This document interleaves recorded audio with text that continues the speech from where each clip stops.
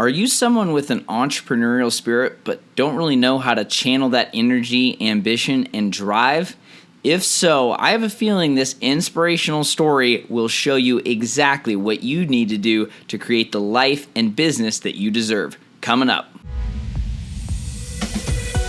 Hey everybody, welcome to Inspire Your Success podcast. My name is Michael Leonard, former corporate zombie turned lifestyle entrepreneur. I'm on a mission to inspire millions of people to stop settling for average and create the life that you deserve. Each week, I'll be bringing on world-class experts, entrepreneurs, and high achievers to give you the inspiration to take massive action. I'm confident these successful people will give you the spark to create an epic life and business. Thank you so much for spending time with me today. Here's your episode.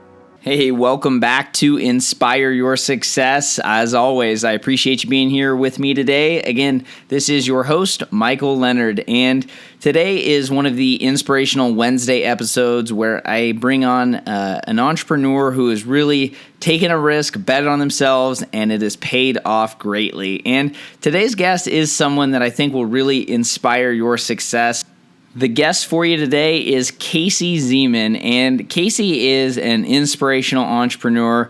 He has an unbelievable brand, EasyWebinar, but it didn't start out all that great. And that's really the beauty of these episodes is it shows you, hopefully, that if you can take action and persevere and just keep going, you really never know how great your life can become. So Casey's going to share with us his journey from being an actor to being a mortgage broker to barely paying the bills, nearly declaring bankruptcy and losing his home, to now being an ultra successful entrepreneur and business owner. So again, I know you're going to love this episode. Casey is someone that I got a chance to meet about a year ago, and I've been able to collaborate on projects with him, and he's almost been a mentor to me, helping me grow my business and just learning so much about digital marketing. So very grateful for Casey to be on this episode, and I know you guys are going to love his story because, again, he shows you what it really takes to be a seven-figure entrepreneur and so much more. So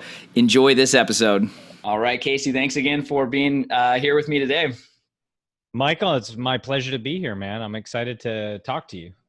Absolutely. As I mentioned in the intro, I've got the chance to work with you here for almost a year now, actually, when I was looking at the first emails and stuff. So it's been really cool to watch you just continue to dominate it on Instagram, be a really successful entrepreneur with your business.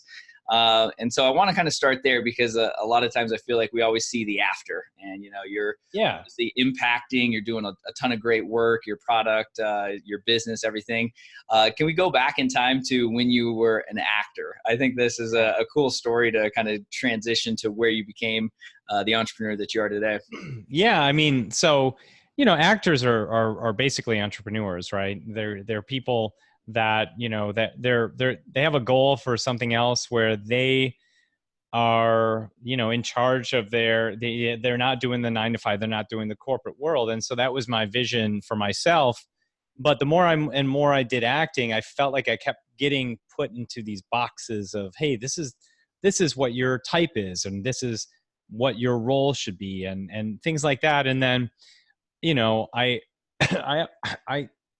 never resonated with being a broke actor, the broke artist going and, doing the working as a server, during the day or at night, and doing just never, I did it for so long that after a while I was like, I can't keep doing that. And so that's what got me on the journey of like looking how I could provide more for, because I was, I was courting my wife at the time, and like we were looking at starting a family, and like, well, we didn't start a family till 10 years after we were married, but like literally we were, I was like, I want to be able to like have something that is mine, that is making money. I didn't want to be a broke actor anymore. So I went actually from working as an actor, doing some commercial work, movie work, TV stuff, but not feeling like it was consistent, to then going into real estate. So I actually jumped into becoming a mortgage broker a long time ago. and from a mortgage broker, it was good because the money was great, but at the same time, I felt like I was pulled away from me. I wasn't. I didn't feel authentic. I didn't like the way I was marketing myself, and it just felt like not a good person, when I was going through and doing mortgages, because I was a part of, I was told to sell these type of different mortgage packages. Just didn't feel like me. So I did that for a while. Luckily, the market crashed a long time ago. And that made me start to look at different things I could do, because I had a house. I didn't want it to go into foreclosure. So I then started looking at how can I build leads online. That was the next phase of my life, like after doing real estate. Because in my real estate company, I went from like $250,000 a year to like 15,000 the next year, right? And so I was like hurting. That's one part of the story too that I kind of intrigues me, right? I mean, to go, basically from making a ton, you switch from the broke actor, you're now making the money. What was that like going through it mentally? Were you like, hey, what am I going to do? Because I feel like it's in these moments where, a lot of characters born. You could have went and just got a 9-to-5, but instead you were committed to still really building something epic. What was that like? Yeah, man, that was tough because, I could have every day, we were going delinquent on our mortgage payments. And so my wife and I made the decision that, we're going to really try to keep the house. Right. So I worked, I was just trying to find different things to do. I was thinking about becoming a financial advisor for a while. I started going down that road. I started looking at leads online. And then, every time I started looking at how to build leads online, I started getting hit with MLM, like multi-level marketing information, which I have nothing against multi-level marketing. It was just not the thing that I didn't resonate. It wasn't, it didn't necessarily fulfill what I was looking for. So eventually I found out my wife once had told me, hey, because I started learning about here's what I did. I actually started learning about lead generation, and then I started looking at YouTube, because there were very few people that were actually doing video marketing at the time when I was looking at it. And so I started looking at YouTube, and I started watching lead generation online. I have to build a landing page. And back in the day, ClickFunnels, Lead Pages, none of these places were around. So I had to learn how to build HTML landing pages to get people to click on it. They sign up for a free gift, and then I give them like a 7-day video marketing series, and I sell a course on the back end, right? So was that the acting background kind of helping out with the video? So I had to learn about, I got into YouTube because it felt like it at least connected back to my acting roots, right? It was like video. I love video, and video made sense for, trying to build leads online. So it's like, video bridges that gap of impersonality on the web. So I was like, all right, let me start to go down this path. So I started learning about video and YouTube. And then while I was learning about it, I was creating a course on it.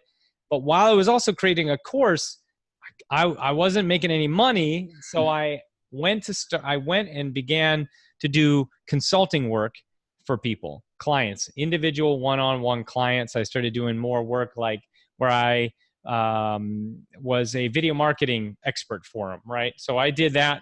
I noticed right away it didn't scale, but at the same time, it got me to where I needed to be before creating a course. So while I was doing consulting work, I had like maybe 4 clients and I was getting retainer work. I was also building a course called YouTube Revealed. And so I was just learning about this stuff and migrating into being a consultant. And all the while, my house is about to go into foreclosure, but at least I was now making, $4,000, a month in doing what I was doing. I thought, hey, if I can make $4,000 doing consulting stuff, maybe I can make more doing, doing selling the courses and stuff like that. I had no idea. So I started to migrate. I started to do these free webinars. And that was really my first gateway into trying to sell an online course was, I put it out there and I couldn't get any sales. I didn't have a way to convert my sales. No one was buying my course because I didn't know how to sell it. I'd post in like forums and stuff like that, and it just like didn't work out. And then I started seeing people talk about webinars and like doing these webinars, these online events where they did presentations. And so I started looking around and thought, all right, well, I'm just going to do some free webinars. And I started doing free webinars all about being a consultant, how to be a paid consultant, because that's what I knew. And I started teaching people about, getting clients, creating presentations that will help to get clients, and using video. And I just taught what I knew, and I didn't sell anything at that point. All the while I was building my YouTube course. And then eventually I started having people that were on my free webinars. I was able to get like 30 people here and there, 60 people, on these workshops. I was like, awesome. But eventually I had people reach out saying, hey, is there anything we could, I love your content, but what can we buy? People were asking, they're wondering how to work with me on a bigger level. And I was like, I need to put my course out there. So I started building a webinar all around my course. And again, all the while I was doing this, I was learning about this stuff. I was speaking at events. The very first things that I tried to do was I went to get clients. I went to speak at events all about video. And because I went to speak at events, it started to get me, I started creating presentations that I could do at the events. So the presentations led me down the path of learning how to do a sales webinar, because a presentation was the sales webinar, right? So I actually just started to teach it at these events, like summits and stuff like that. I just wanted to get my content out there. And then eventually people were like, well, what can I get from you? What can I buy? So I started to take those same presentations that I did at the summits that didn't have a call to action to buy anything. I started adding call to actions and learned about adding call to actions. And eventually, this was eventually it worked. Back like 2011, 2012 is when I started doing, selling my online course. And in that year, I built an email list of about 14,000 people and sold $245,000 worth of my online course. That's when and it was all from webinars, all from doing live workshops. And that's when I knew that's the direction I wanted to take. And so I continued to sell my courses. And then I, eventually had this idea that I thought webinars were such a good idea that I wanted to build a software around webinars. And so I started to talk to some software developers about, hey, like, let's build a webinar platform that can help me, because I've been doing all these live webinars. How can I do this where it's still a video, but it has the perception of a webinar? It plays in real time. I don't have to be there. It's like a presentation. It's like a, sort of like a funnel. What can we do? Is there something that we can build out there? And so I started down this path of building out a platform on WordPress that was built upon automated webinars. And I'm not the developer. I found developers to do it. And so that's when EasyWebinar plugin was born. And EasyWebinar plugin was the first webinar platform for WordPress. And so we put that out there probably 2012, 2013, and we started selling it. The $97 for a plugin that pushed into your WordPress and streamed out a webinar video, right? But it was pre-recorded. And so we just started getting clients that would buy that. Maybe we had different licenses for it, like one site license. So you could have like michaelleonard.com/webinar that would go straight from your WordPress site, and you use our plugin to stream out your workshop. And people would buy one site licenses. They would buy like 10 site licenses, unlimited site licenses. We created these packages for it, and we sold them one off. What I love about all this too is that this is in like what, a year and a half? I mean, that you really, like a couple years basically, that you got started, right?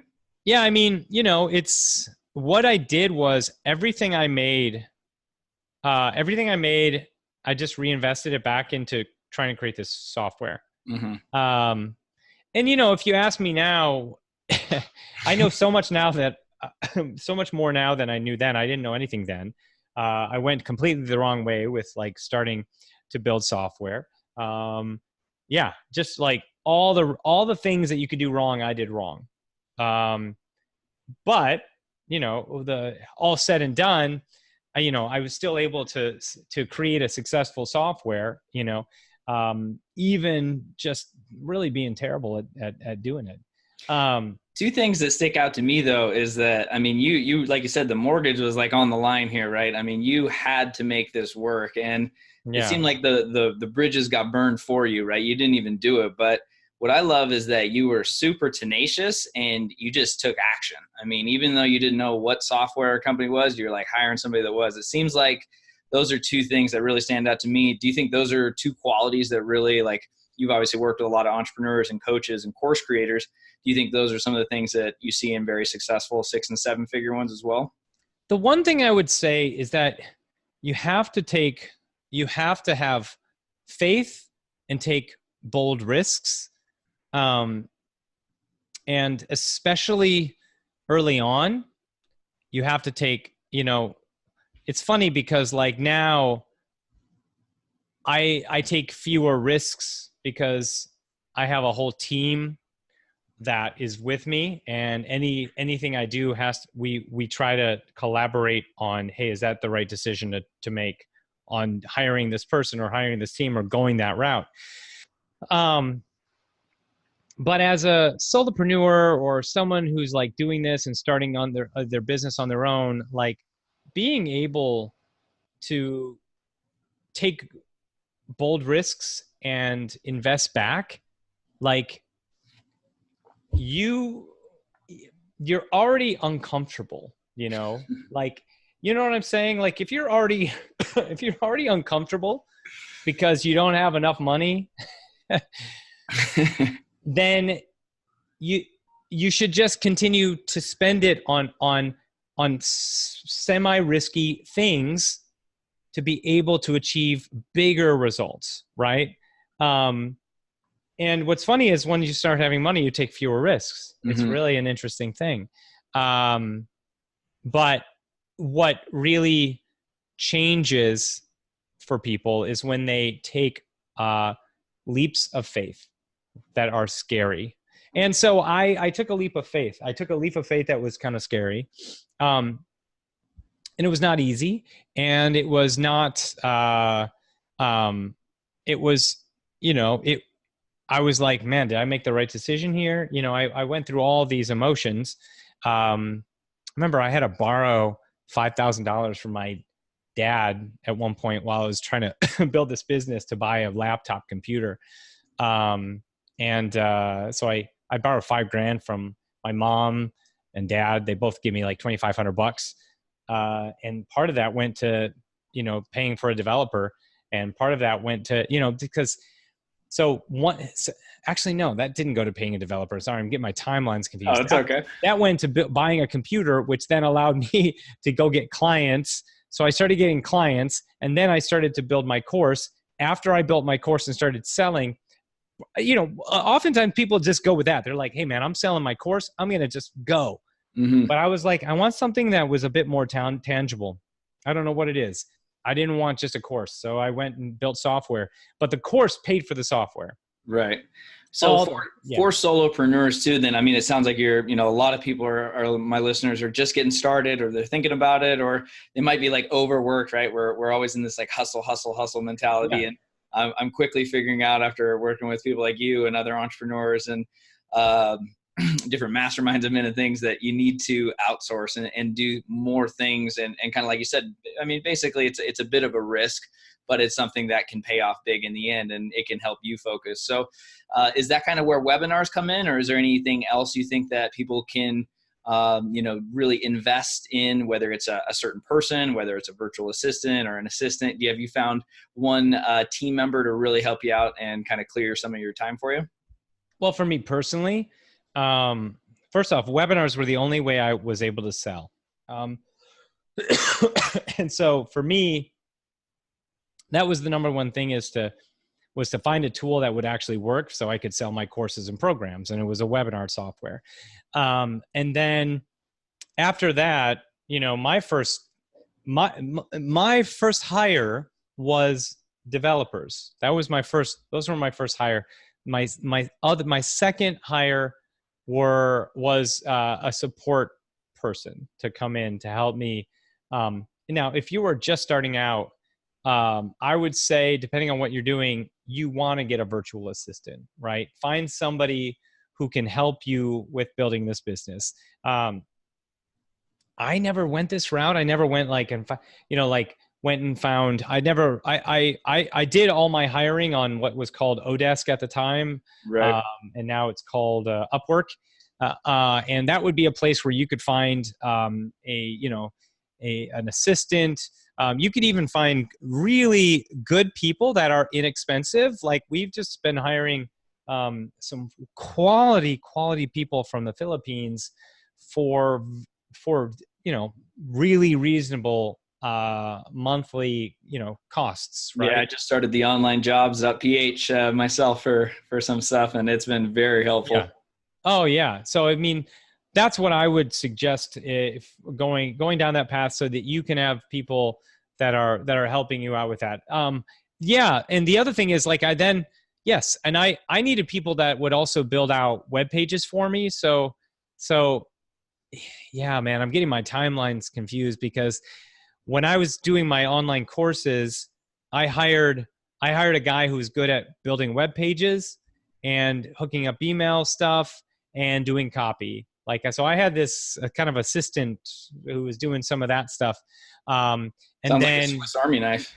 yeah, I mean, so that's what you need. You need someone who's kind of good at all of that, and that they resonate with your message and stuff. And then from there, when we started doing the software, I hired software guys. So that was with courses too. I know that that's like a big part of your business. A lot of course creators use webinars to automate their income. Can you talk a little bit more about that? Like, is there a certain type of person you work with? I know after writing and working with you, there's been so many different types of people, but I try and explain to people that maybe haven't got started or trying to understand like what online courses are. Can you talk about like just the opportunity there to teach someone a specific skill, and like what kind of course creators you at EasyWebinar have worked with?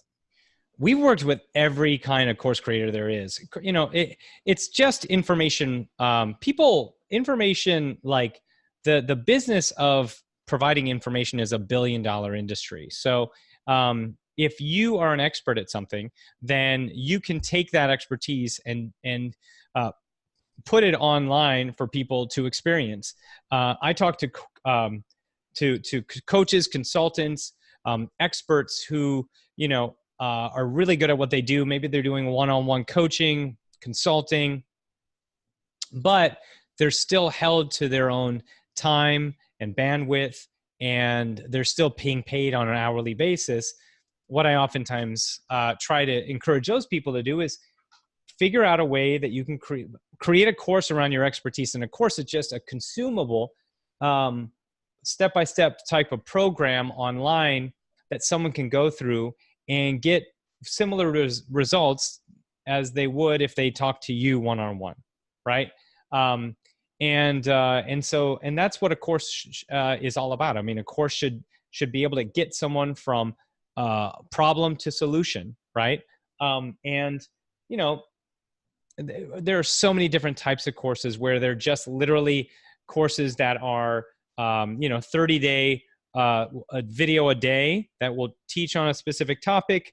Some are 1 or 2 hours of a specific thing that's taught that someone might sell one-off, like a webinar. Like if you created a 2-hour-long webinar and you're like, hey, it's $200, $300 to join this workshop.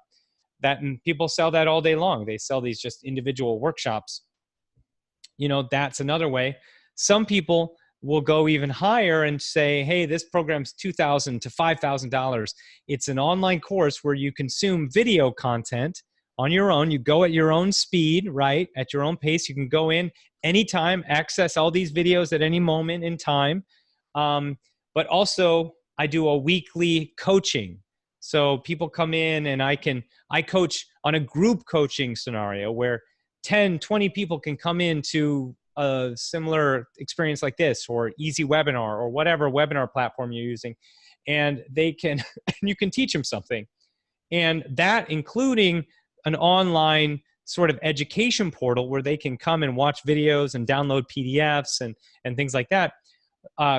Those two things combined can be like a higher ticket program. Higher ticket meaning, $2,000, $5,000, $10,000. Like we've seen that, and of course we have our own high ticket coaching program as well, where we teach people how to build out a webinar funnel to basically sell their high ticket program. So Sounds like there's plenty of opportunity. If you have a niche, if you have expertise, you should have some sort of online course or webinar. Is that pretty fair to say? I would say if you are, it's just a different way for people to consume your content. And if you have been feeling burnt out, if you've been doing one-on-one work, client work, and you are stretching yourself thin, maybe you're not charging enough, maybe you're just not being in good service for the people that are hiring you, then what you need to do is figure out a better way to fulfill on your message, fulfill on what you're an expert at. And oftentimes a course is a great way to scale your own expertise, right? So you get more people in the door, more people can go through it, more people can get results from it. And it leverages your time more. Now, you could still do one-on-one work, but you can make that available to people that are going to be paying you more of a premium, and maybe even do group coaching scenarios where you don't always do one-on-one, but it's more like one to many, like 1 to 5, 1 to 10, whatever. And that way you're starting to, it's a smarter way to leverage your own expertise by basically giving yourself more time and freedom back, right? Yes, so and that's the goal, right? Everyone gets into entrepreneurship for freedom, and I quickly found out that I had none because I was working all the time trying to do 18 different things. So, well, the thing is, a lot of people come, I didn't know what I was going to do when I came online, but a lot of people already have existing expertise, right? Some people are, if you are already someone who's a good golfer, or a good writer, and or you're good at something, and you want to leverage that ability. Creating an online course around it is an awesome idea. For me, I didn't necessarily want to create a course on on acting. I didn't think about it at the time. I guess I could have created a course on acting, but I had to figure out what I wanted to do, and then I created and built a course around learning that expertise, right? So, but most people already have the opportunity for 2019 and beyond. Then you're saying these aren't going anywhere, right? No, this is here. This is here. This is continue to increase, like the education. This market of information. Of information programs, packaging your expertise in this way. It's not going anywhere. It's only increasing. So.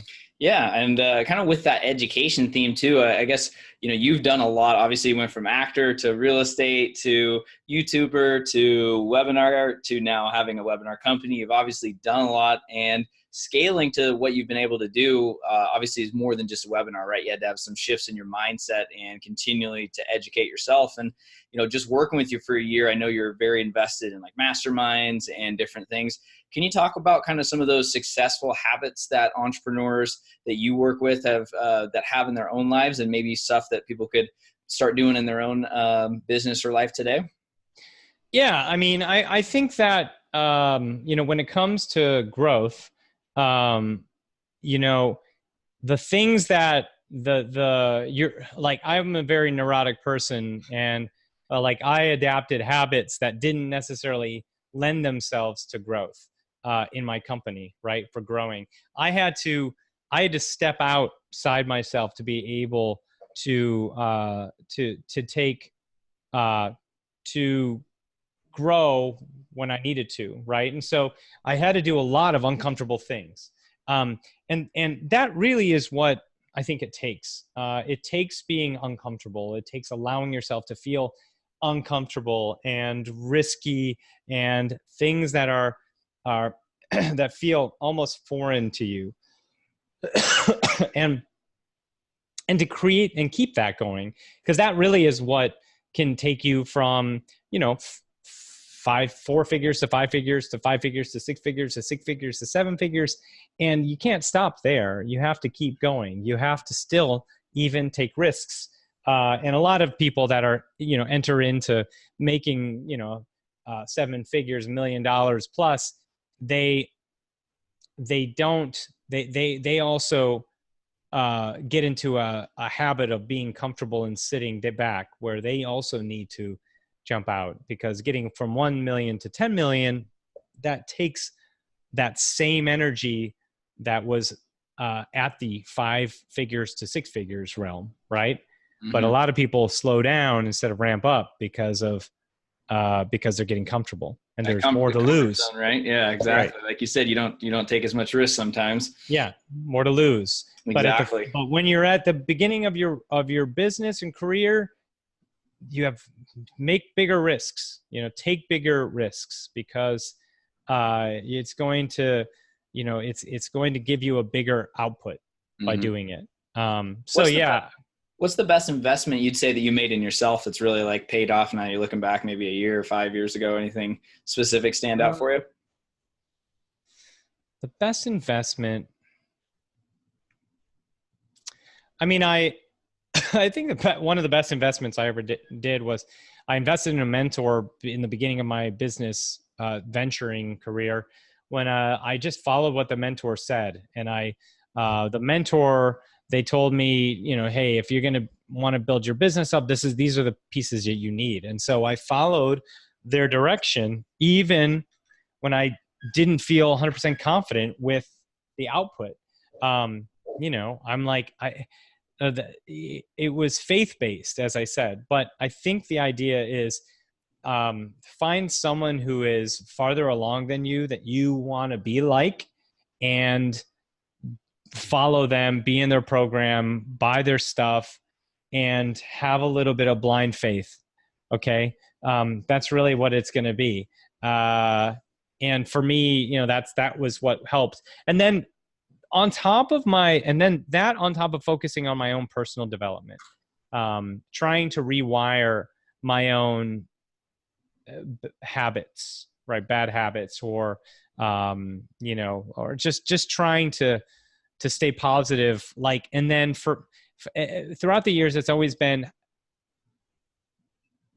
stepping outside of what's comfortable. So like, as an example, like spending more on a mentor, right? Then, you know, now spending, you know, $40,000 to $50,000 a year on mentorship. And then now, you know, okay, going to $75,000 a year in mentorship. So it's like always kind of pushing the boundaries of what's comfortable for me to see what I can also achieve. Because every time I've been put in a position where I need to stretch, I was able to stretch. And if we're not put in those situations of needing to stretch, if we don't have those situations where we need to raise the stakes, we don't raise the stakes, and we stay in a status quo, or we give up. Do you think that like your success as a business person is tied directly to your own personal development then? I 100% believe that to be the case. And the willingness to persevere no matter what. You know, because you stretch what is possible in yourself once you're faced with, you know, a up against the wall scenario, you know? And so the more you feel that up against the wall scenario, you know, you're going to process it differently. In the beginning, you're going to process it like, holy crap, I have no money. What am I going to do? I better do this. But then later on, you know, when you spend money, then you look at it like, you know, you still have those tinges of those feelings, but at the same time, you remember that I am able to stretch myself. I am able to manifest. I am able to do these things. And so spending is not as painful, because your faith is you've been challenged enough in your faith, and you've succeeded enough with that faith, right? And so I You think just have to stick with it. You just can't give up. And I think as an entrepreneur, that's the hardest part, right? Especially in the beginning, it feels like everything's against you, family, friends, money, anything. But it's like, if you just keep going, you can do amazing things like you've done, right? Yeah, I think that's what it is, And, I have people all the time that, man, how did you end up doing that, man? I can't believe you were able to do that, man. It's crazy. Like, I'm just thinking about when you were doing this starting out. But like, that's, those same people were like, are you crazy? Why are you actually trying to do this? First it's like, why are you trying to do this? And then, I can't believe you were trying to do this. And can you show me how to do this?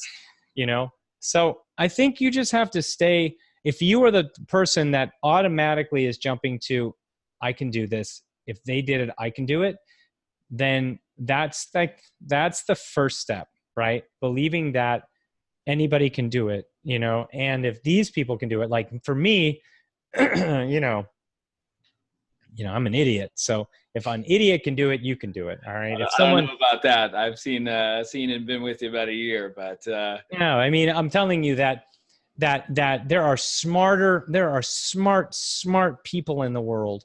And it doesn't take intelligence to do this. It takes gumption. It almost takes not being too smart. Like, you can't, like, being able to say whatever happens, like a smart person, if they are beaten down too many times, they're going to stay down. They're like, why would I stand up? I'm going to get my ass kicked again. But a person that's not so smart, that has maybe short-term memory issues, they're going to come back up and they're going to be like, okay, that didn't hurt as bad. I think maybe I'll try it again. So I think you just have to be able to stand back up, not let the last failure define your future failures, and keep learning and keep adapting and keep growing, keep investing, and follow people that have been in your shoes and follow the processes that they have figured out. Because if you follow a process, it'll work. You just have to follow the process. I have people that are in my program where we're doing the work for them, or they're following our process. And, a lot of times they have to go with blind faith into it. But when they do, and then they come back and say, I can't believe it. Look, I got my first sale, or look, I closed this client, or look, this thing actually worked. It got my webinar, it got this person. Like they feel so different, they feel like they're proud of themselves, believing not only in themselves, but in the person that they were learning from. There are going to be people, there are people that you definitely want to learn from, and people that you definitely don't want to learn from. But, the people that you want to learn from are going to be the authentic people who are telling you how it is, what works, what doesn't, Yeah, man. Like a common characteristic from you and a lot of people on my show is mental toughness, right? And we talked about that. Like, it's not going to feel good. It's going to be uncomfortable. You're going to have to go through stuff.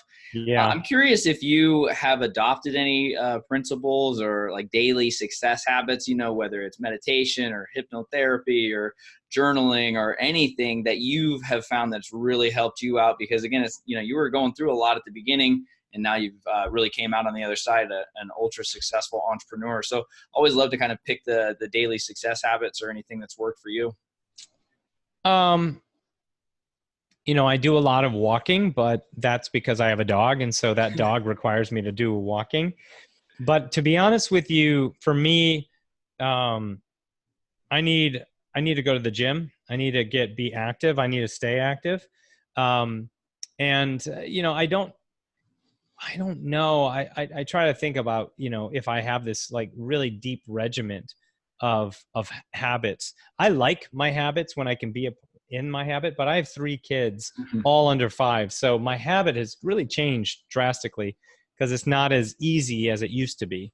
So now it's just a question of like me finding time to have my own time. So like whether that's going to the gym or whether that's, walking the block and thinking about the things that I want to get done. For me also nowadays, the work that I'm doing consists of doing meetings with my team to make sure people are all on track, bringing new people in, removing the people that don't fit.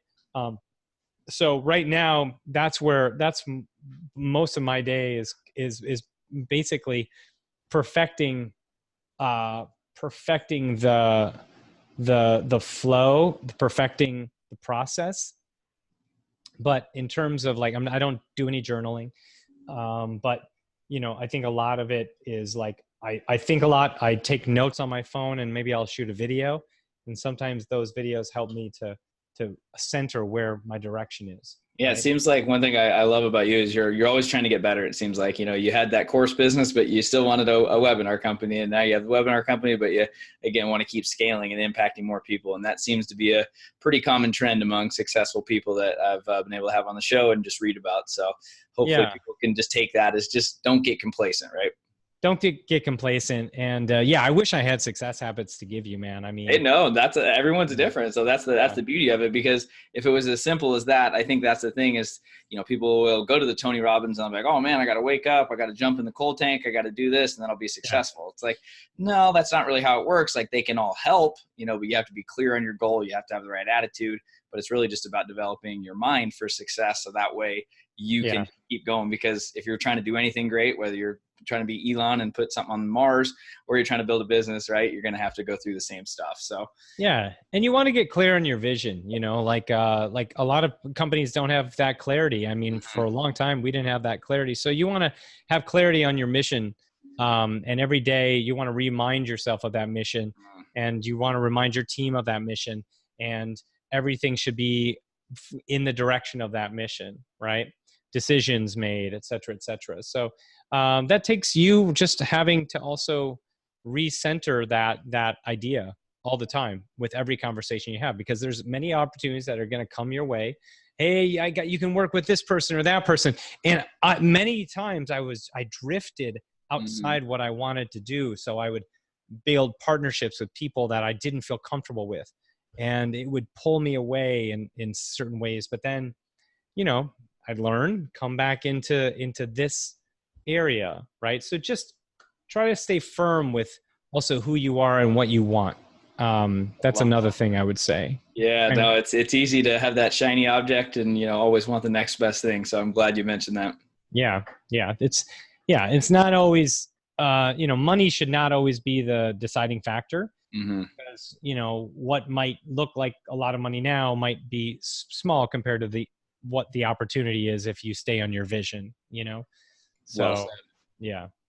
Perfect. Well, before I ask my last question, where is the best place that everyone can connect with you, learn more about your EasyWebinar, and just follow you if you have any specific social medias?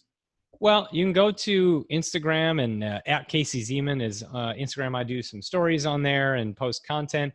If you want to, learn more about EasyWebinar, go to easywebinar.com. And or you can go to my blog at caseyzeman.com/blog. Perfect. I will link to all three of those as well. Cool, man. Cool. For my last question, Casey, what do you think is like the number one thing that you have done that has made you the success that you are today? What's the number one thing? Married my wife. Good answer. Because she's also someone who's always challenged me to be better than what I am. I wouldn't say better than what I am, but she's always challenged me to be the best me. She doesn't allow that complacency, it sounds like. Yeah, well, I mean, again, I kept the house because she and I made that decision together. I could have very well said, like, can we just short sale the house and stuff like that? And she was like, no, what do you think? Let's try to keep it. What do you think we could do it? And I was like, maybe. All right, let's try. So we did it. And then, many times throughout our lives, she wanted to adopt, right? And me, I was not really in the mindset of adoption. But I grew into that, right? I stretched what's possible. And now we have our 2 adopted sons, and it's like amazing. It's like I love it. And it's really interesting because that's what someone should do. They should challenge you to grow, and change, adapt into the best you possible. And so I'd say, I mean, I think my wife is the reason I was able to even go into these, into this world and feel like I had enough of a developed arsenal of strength and gumption to be able to do this. Yeah, it helps a lot if you have somebody that believes in you and wants more and wants the best for you, right? Right. Yeah. Awesome. Yeah. Well, Casey, thank you again. I love everything you're doing. It's been awesome to work with you, and just appreciate, consistently providing value out in the universe. And again, I think a lot of entrepreneurs can take a lot from this. So appreciate you being on the show. Of course, man. Thanks, Michael. I appreciate it. All right. Hopefully you guys enjoyed that episode with Casey. Again, he's been a real mentor to me, and just someone that has shown me what it really takes to persevere in entrepreneurship, because like I try and talk about on this show and in my YouTube channel and on Instagram, that entrepreneurship is not always glamorous. It's not always just unbelievable amounts of money and the 4-hour work week and all that stuff, because entrepreneurship's tough, and in the beginning it will really test you. And that's why so many people fizzle out, and you see these 8 out of 10 people going out of business, things like that. But I think the biggest thing I learned from Casey is that you just can't give up. You have to keep learning, have to keep evolving as a human being, and eventually it will all pay off. So hopefully, again, you guys enjoyed this episode. Make sure to follow Casey on Instagram. His Instagram has grown over 100,000 followers in the last 12 months because he has such great content. So again, make sure to tune in there. And if you are a course creator or a coach or someone that wants to scale the business, make sure you take a look at EasyWebinar, his business, which again will help you get your message and expertise out to the world. So thanks again for being here. And as always, I hope you have an epic day.